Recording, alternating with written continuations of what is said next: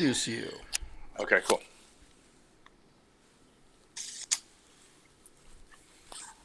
Bid nerds, we're about to begin, and let's see here.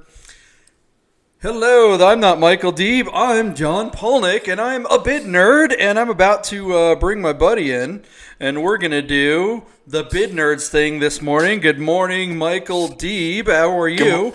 Great, JP. Good morning. How are you?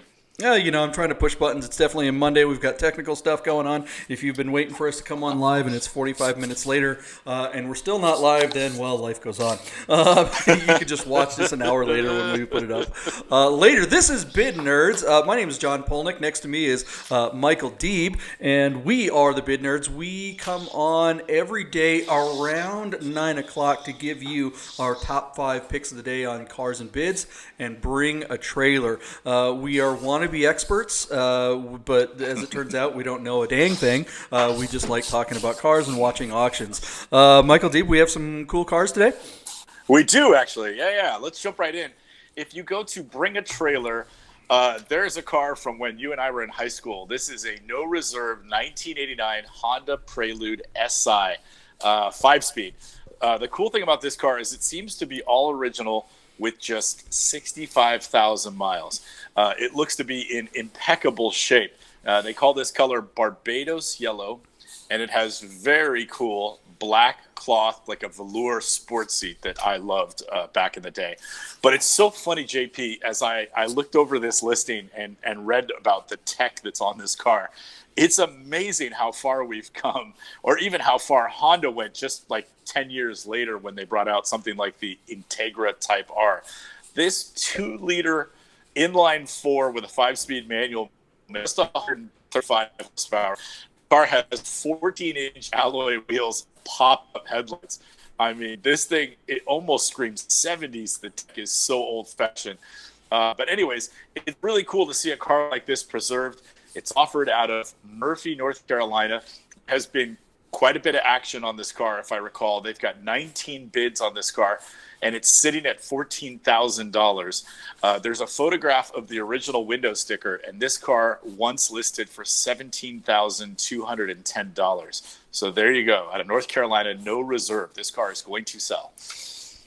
Wow, I don't know if there was a girl in any high school. The popular girl, the Mean Girls, had one of these. Yeah. I mean, this is just, what a terrific car. What year was this one again? This was 89. 89. Okay, so second year of this body style? I guess. Yeah. I don't know the cars that well. I really got into Honda when the VTEC came out, more after high school. We've talked about this before on the show, but if you were in the 80s and 90s and you were going to be a car enthusiast, you were going to wind up in either a Volkswagen or a Honda. It was going to be one of those two. Because, Toyota had offerings, but, the MR2 was like just too new. But, as a high school kid or young guy, you're going to wind up in, an old GTI or an old Rabbit or an old Honda Civic, or maybe if you were a rich kid, your parents would buy you one of these. And I remember test driving these and Scirocco's and CRX's all at the same time, going, oh my God, I want all these cars. And the Honda, I'm sorry, there's just nothing smoother and easier to drive than a Honda of this era. It was before they had airbags and all kinds of, crash supports everywhere. They had this really low line to the dashboard so you could see out of the car. For a short guy, it was great. But I think that's why all the girls wind up driving the Hondas, is because they were just so easy to drive. If you were driving a Volkswagen, you had to actually pay attention to what the hell you were doing. They were actually difficult to drive. They were definitely more involved, and I think that's why a lot of us wound up going down the German road. Yeah, more feedback out of the German cars. The Honda cars were also bulletproof reliability. So if you're a dad and your 17 or 18-year-old girl is going to go off to college, you're going to put her in a Honda because she's not going to be on the side of the ditch with, some problem with the car. She's going to make it home night after night after night. And these cars are fantastic. It's just really cool to see one in this condition in this day and age. Look how they matched the inner spokes of the alloy wheels to the exterior paint of the car. That's so easy. Yeah, that's got to be aftermarket. I don't remember them doing that from the factory back then, that's for sure. I don't even, but that's such a period detail, you know what I mean? Yeah, All it needs is a fit of poly steering wheel. Exactly. Volkswagen, remember they had white wheels on their white cabriolets, and at Porsche at that same time was doing the same thing. The pedals of the Fuchs wheels were sometimes color matched to the car. Yeah. So, well, all right. So Michael Deeb, it's sitting at $15,000 already with just under 2 hours to go. What's your bid on this thing? Yeah, that's a good question. So it's $17,200. I think this car all day long is going to bring sticker. That being said, I still don't think there's enough here from a collector standpoint to suggest that this car is worth $20,000. So I'm going to bid, I think, $17,900. I am definitely going to go stronger on this car. They are so hard to find. Everybody knows with Hondas, everything is interchangeable. The engines, the seats, all this stuff is interchangeable. Finding a clean one of these is, this is a unicorn in this color. Right. The only thing that would be better is if it was, what was the last year this body saw, like 93, and they had four-wheel steering? Wasn't this the first car to introduce four-wheel steering in America, if I remember correctly? Yeah, but it had some updates. It wasn't the exact same bumpers and headlights, but same platform. Yeah. So this car does not have four-wheel steering, by the way. But I'm going to be much stronger on this car. I think there's a lot of Honda enthusiasts that have been Honda enthusiasts for a long time and are now our age and want this car. If I were to see a Scirocco in the same condition, I'd be counting how much money do I have under the cushions, because I'd be like wanting it. This is the same kind of thing for someone. I say 22. 22. That's my number. I don't think that's a bad bid. I just think at 135 horsepower, they're not going to quite come out of the woodwork. So I disagree with you. All right, here we go. All right. Let's jump over to cars and bids. And JP, this is pretty funny. As I went to put in my bids last night, I saw that you had already selected this car. So it's one of the first times you and I have selected the same car. This is a 2004 Volkswagen Touareg with a V10 TDi. And for those of you that don't know, Volkswagen made a ton of V6 turbo diesels, but for 1 year and 1 year only, they brought, I think, this TDi, this V10 TDi. Let me just explain to you what's going on here. 315 horsepower and 550 pound-foot of torque. My mechanic out here bought one of these, and we took it to lunch, and he stepped on it at a red light, and I lost my hat and glasses into the back seat. Like, it came flying off my head. This car is fast, like scary fast. The trouble is these motors are not reliable, and they're expensive to fix. The cars are old, they're long out of warranty, and most of these are beat to hell. This particular example has a fair amount of miles being offered out of Bend, Oregon with 132,000 miles on it. But if you read the listing, this car had an engine replacement at 45,000 miles. So that means there's still 100,000 miles on this one. And if you look not too far into it, Doug DeMiro reveals that there's a check engine light that's on at the moment that they claim is an oxygen sensor, but who knows. The driver's side turbo is leaking oil, and that right there kind of scares me to hell. Obviously if it's just the leak and you can fix it, that could be easy. But if it's more than that, you've got big problems on your hands. The last thing you want to do is go buy brand new turbos to throw on this thing. I don't see the money as being worth it.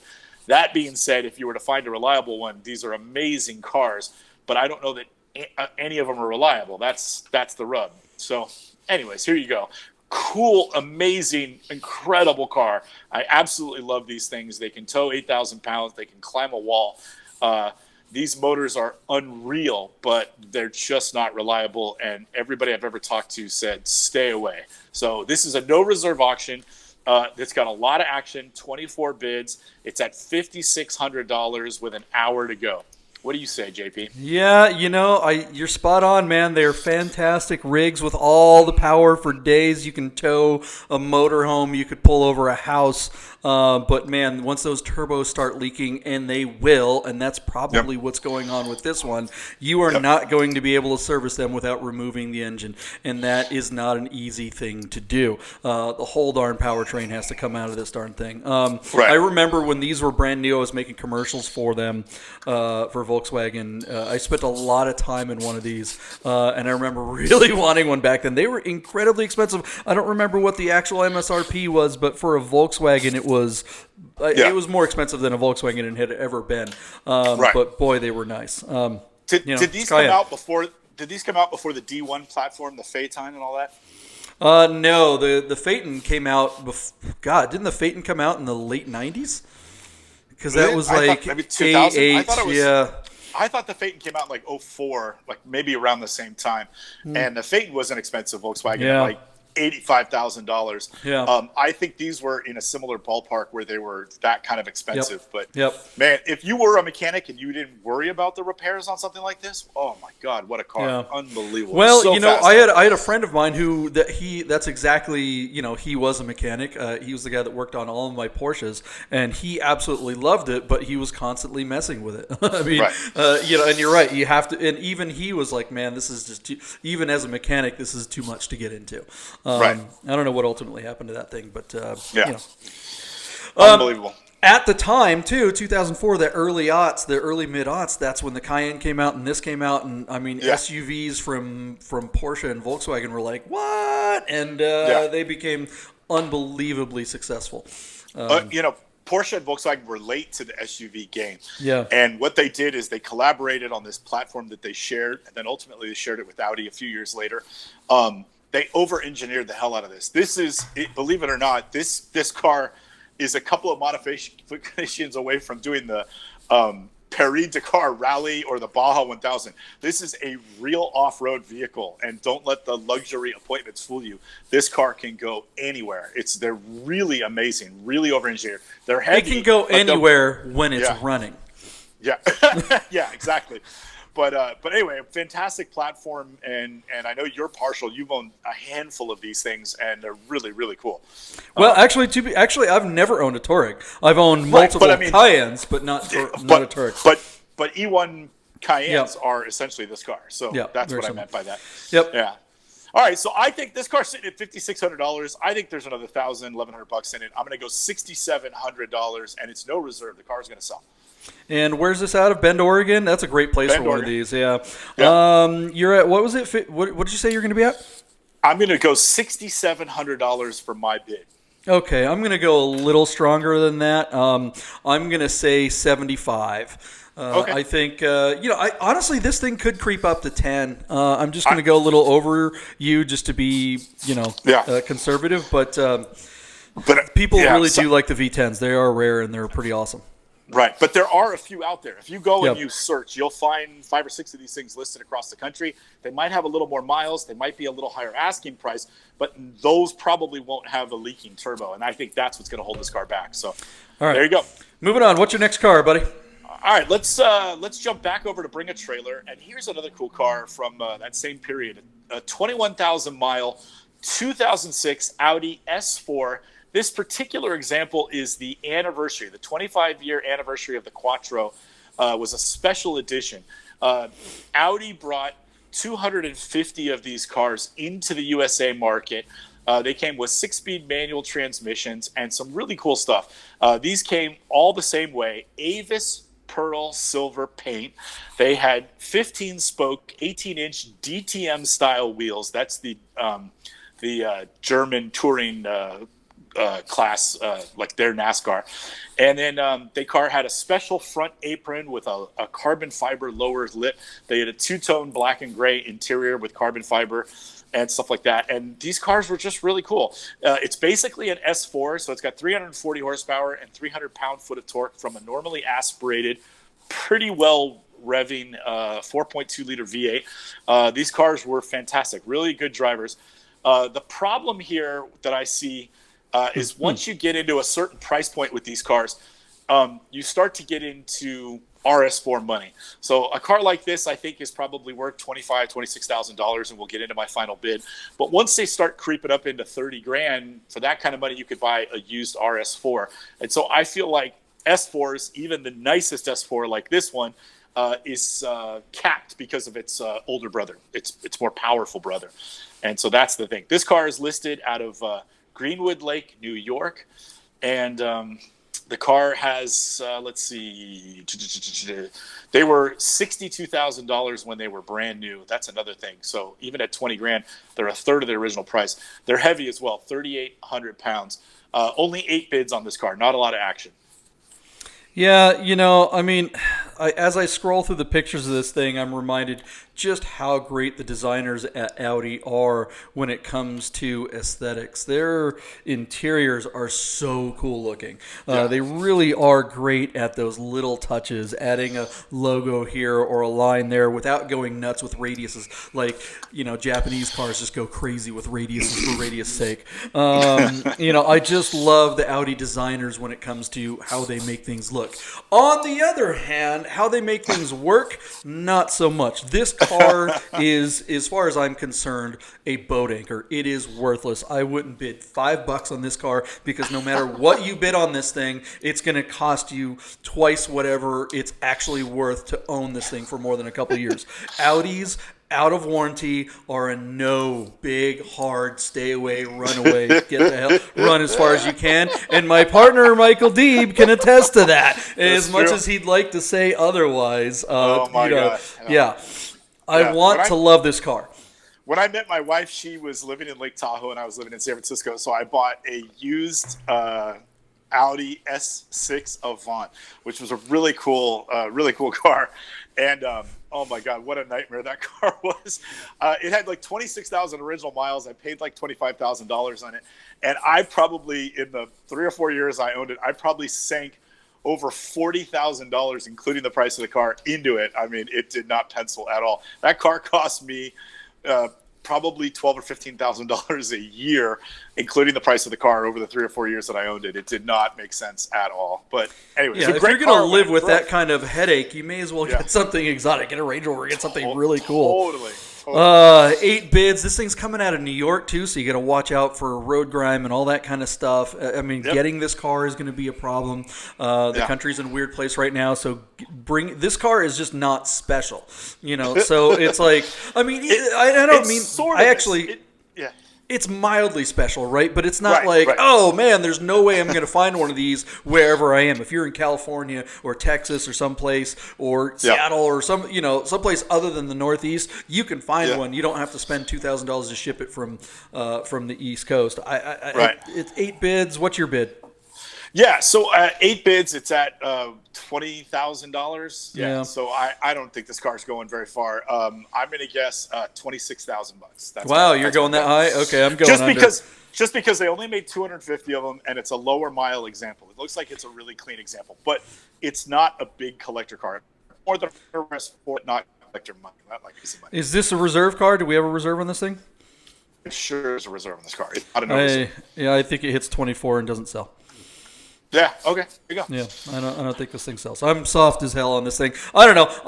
Someone might just want it because there are Audi fans out there that are just into that kind of abuse. But whatever. Yeah. All right. Let's go to the next car. Okay. So this is one of my all-time favorite cars. Truth be told. So staying on Bring a Trailer, we're going to look at a 1975 Ferrari 308 GT4 Dino. So Ferrari's son famously went to engineering school. And his thesis to graduate engineering school was a 1.5-liter double overhead cam V6 engine.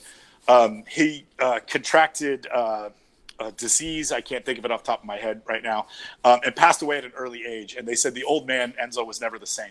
A few years later, Ferrari gave the schematics of his son's engine to his engineers, and they built the motor and raced it successfully. In fact, the American Phil Hill won the Formula One World Championship in a Ferrari called the Shark Nose that had a Dino engine in the back. So Ferrari in the late 60s made a Dino road car that had a 2-liter V6 that was basically an enlarged version of his son's motor. It was transverse in the back of the car, one of the prettiest cars of all time. A few years later, as I imagine Ferrari was trying to keep up with competition from like Porsche and other manufacturers, they wanted to revamp that platform and make a bigger car. So Bertoni made their first road car for Ferrari, and that is this car here. Whereas Pininfarina had a lot of curves, Bertoni made very angular designs. And so this has a 3-liter transverse V8 mounted mid-engine, and then this car has a longer wheelbase than the Magnum PI Ferrari because they made room for a back seat. And we're talking 911-esque backseat in that only amputees and children under the age of 7 could possibly fit in the back seat. But what's different about this car versus the Magnum PI Pininfarina designed Ferrari 308 GTBs and GTSs is that the magic of this car is in the wheelbase and the suspension setup. The Pininfarina 308s don't handle at all, and the Bertone GT4s handle like amazing. This is a car that you could keep up with just about any 911 on the road, on a back road, if we're going Angel's Crest or whatever. These cars are fantastic driving cars. Once you drive one for a few weeks or a few months and you get used to the gated shifter, the suspension, the brakes, and everything in this car is a cohesive unit. And while they were unloved by the Ferrari market for decades because of their sort of controversial or sort of polarizing styling, there's no questioning that they're one of the lighter and faster accelerating and obviously one of the best handling 308s that Ferrari ever made. So they are starting to get their due. This car had a repaint in yellow in 2010, and in 2017 they did a major service, including the belts. So the belts that are on this car, the timing belts, have probably 2 or 3 years left. So you've got to consider there's probably a $7,000 or $8,000 service in your near future. But the car's sitting with quite a bit of action. It's at $50,000 with 3.5 hours to go. And the car's had 18 bids, and it's being offered out of, I believe, California. Costa Mesa, California. So there you go. Ferrari 308 GT4 Dino, one of my favorites. So what's going on with this dual tone paint? Is that vinyl below the seam, or is that? It might be. It's usually paint. When it's done right, it's painted on, but it's a matte paint. And Ferrari replaced the Daytona with a V12 called the Berlinetta Boxer.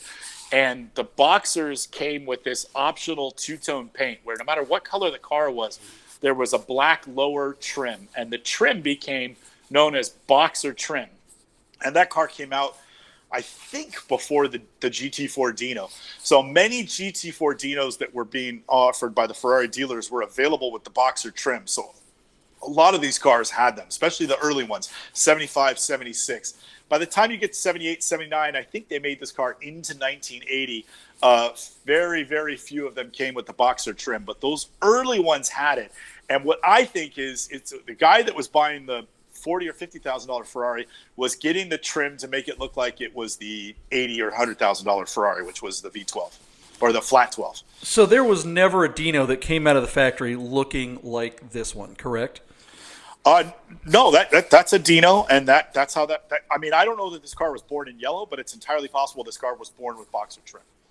With a yellow and black, there were Ferrari Dinos that looked like this one at some point. Okay, that's what I wasn't confused. That's what I was kind of confused about. Okay, all right. So I mean, that sounds like a pretty spectacular car. You know, that's what I love having you as a partner. You're going to know some crazy things about Ferraris that I just am not up on. So it's great to get a lot of this background. Now, this car's out of California, Costa Mesa. This is the perfect place for it. This is probably where the person that wants this car is going to be. Now, it was in Pennsylvania and then New York for a while, or and there was this car's moved around a little bit. It's probably had 3 or 4 owners, and a few of the guys did some work. It was in New York and Connecticut, and then there was a refurbishment that was done in another state, and then the car came to California. Actually, this car was sold out of Wide World of Cars in New York, and they are still a Ferrari dealer as far as I know. Is this a private person or a dealer that's selling this car? And is there a reserve? I'm sure there's a reserve, and I think there is a dealer that's selling it for, like, it's probably consigned with a dealer who's trying to sell it for the private party. Okay. And really cool equipment. Chromodora wheels. They're 14-inch by 7.5-inch wide, which is really cool. It's got a Momo steering wheel, a German Getrag transmission, and these cars came with AC. I mean, it's a really neat car. Well, all right. So there's 18 bids already. It's sitting around $50,000 with a little over 3 hours to go. What's your bid? Yeah. So I think this car's got a little bit of room left in it. I'm going to say this car brings $65,000. Okay, and these are pretty strong right now, right? I mean, they're having their moment. They've been moving. They are absolutely, and deservedly so. Jason Camissa bought one, and he's rocking it. And every time he drives it, he writes 20 paragraphs about how amazing it handles. What's your bid on this one again? I'm sorry, I missed that. $65,000. 65. All right. I'm going to go a little stronger than you just 'cause I honestly don't know. I mean, I love these. I've always loved these. I remember when they were $30,000. But boy, I want to see this car appreciate, and I hope that whoever buys it really drives the hell out of it. Looks like it's ready to go that way. I'm going to say 75, but that's a pure guess. I don't know. Yeah, that's good. That's a good guess. Okay. One thing that I'm noticing about this ad and the ads that we've looked at today is the photography. I am just, what the hell, man? The photography for some of these cars has just been awful. I've seen that as a trend lately. Photographs sell cars, and one of the things that we're going to be doing on Bid Nerds right now, we're letting you know our top picks of the day. We're talking about the cars that are coming up and coming and going, but we're also here to help you get the most money for your car on Bring a Trailer or Cars and Bids. And so we're going to start a series of tips on how to photograph your car, how to make video for your car, and we're working on some of those right now. We've already shot one of them this weekend, so look for those really soon. How to get the most money for your car on Cars and Bids and Bring a Trailer by taking photographs correctly. Oh my God. These ads so far have not done it. Personally, I've sold a couple of cars on Cars and Bids, and let me tell you, they weren't really that nice, but the photography was. That got the cars at least 20 to 40% more money. So you can do it too. That's being conservative. I think you're right, but there it is. All right, so moving on. That's just a little plug for Bid Nerds. Let's get to what do we got? How many more cars we got? We got one more car? One car. All right. So we're having dessert last. And this is really interesting, too, because this car, since we started the show, has actually bid up and moved into right around where I was going to bid. So we're going to have to change my bid on the fly. But staying on Bring a Trailer, JP, you selected last night a 2007 Spyker C8 La Violette. Woo! Which is, look at that. This is, in Spyker terms, this is a Series 1 car. So this is still part of their first iteration of the C8 platform. The first cars they released were full cabriolets, but this was their first attempt at a coupe. These are, Spyker is a Dutch brand. I don't know exactly where they were built, but I assume they came from the Netherlands. Really low numbers. This car, I think, is, let me read it to you, is one of 26. So it's got 11,000 miles. They came with either a sequential gearbox or a manual. This one is a manual transmission. They're very lightweight. They probably weigh just under 3,000 pounds. And they use an Audi-sourced 4.2-liter V8 that makes 400 horsepower and 354 pound-foot of torque. This car is out of Santa Barbara, and just an hour ago it was sitting at 250,000. And the original MSRP was 278. So I was going to bid around 280 or 285, and this car is already jumped to 285,000 and still has 48 minutes to go.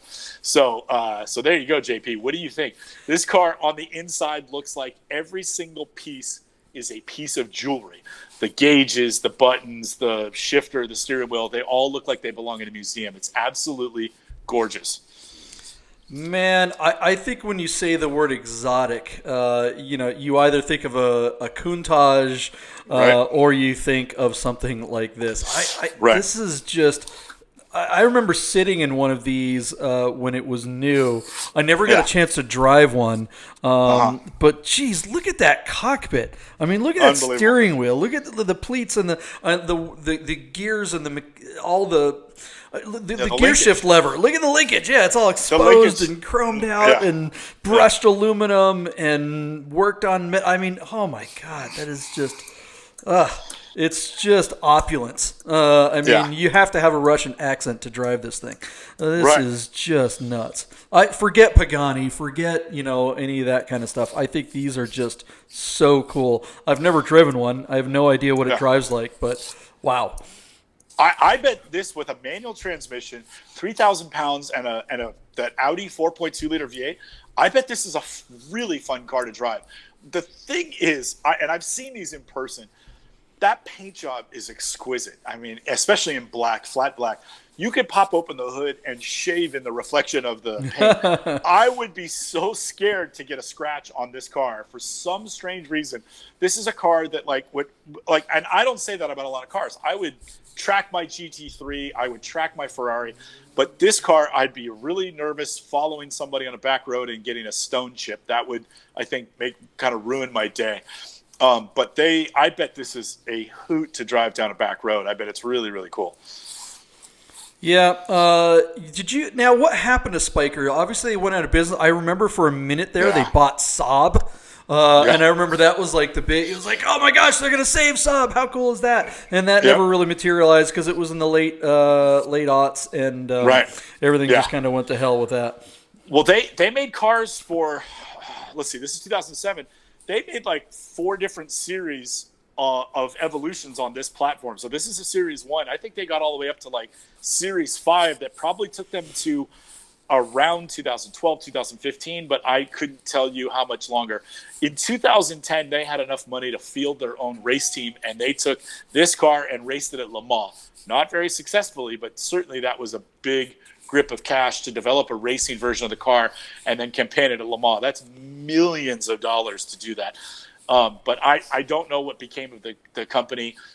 Whereas, as you mentioned, Pagani, they're still making cars and making money, which is really interesting. But I still think this would be a great driving car. And where I thought this car was languishing at 11,000 miles and $250,000, it looks like the buyers are coming out of the woodwork, and this car is actually going to bring some real money. So there you go. All right. So with that, what's your bid? It's jumped $5,000 just since we started talking about it. There's still 45 minutes to go. I just want to catch it. So now we're up to 12 bids on this car.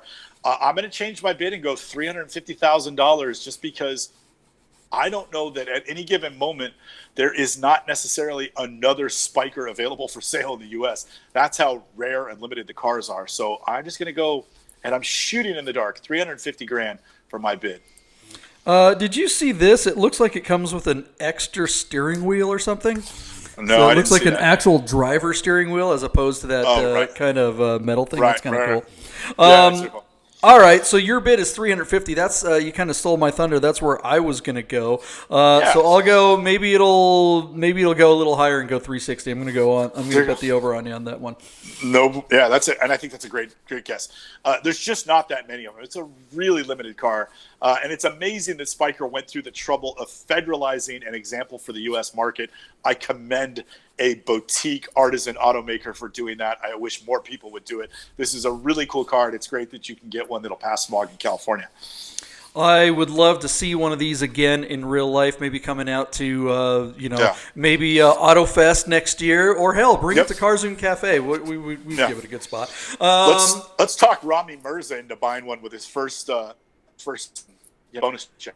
Yeah, good plan. I like that. All right, well, here it is. That's been another episode of Bid Nerds. We're the two wannabe, would-be experts giving you horrible advice on what our top 5 picks of Bring a Trailer and Doug DeMuro's Cars and Bids is every day at around 9 o'clock, depending on the tech. Make sure you subscribe and like and give us a share. We're a brand new channel. We want to spread the word out there, and we want you guys to hang out with us in the morning and watch your auctions with us. We're going to do some more live stuff as the weeks progress, and we're going to watch some auctions as they complete, which is kind of fun and dramatic. We'll also do a wrap-up at the end of the week and see which one of us, Michael or myself, are better at this than the other. Maybe you can join along too. Give us your bids in the comments below. We'd love to hear what you guys think. Yeah, you had a really good week last week, but I had a great Friday. So you did. You really closed it up on Friday, and I kind of shit the bed. Oops, sorry, I wasn't supposed to use that kind of language on our show. One last bit of business too is, again, we were talking about the series that we're coming out with, how to get the most money for your car on Cars and Bids and Bring a Trailer. We're going to do a series of how to shoot photos and videos for that, and then we're not going to be on Thursday because Thursday's Thanksgiving. So we hope you guys have a great holiday week this week, but we will be on Friday. Yeah, absolutely. We got picks for Friday, so let's do it. All right, guys. Yeah, for sure. That's been another episode of Bid Nerds. My name is John Polnick. Over there is Michael Deeb. We will see you tomorrow around 9 o'clock. Yay.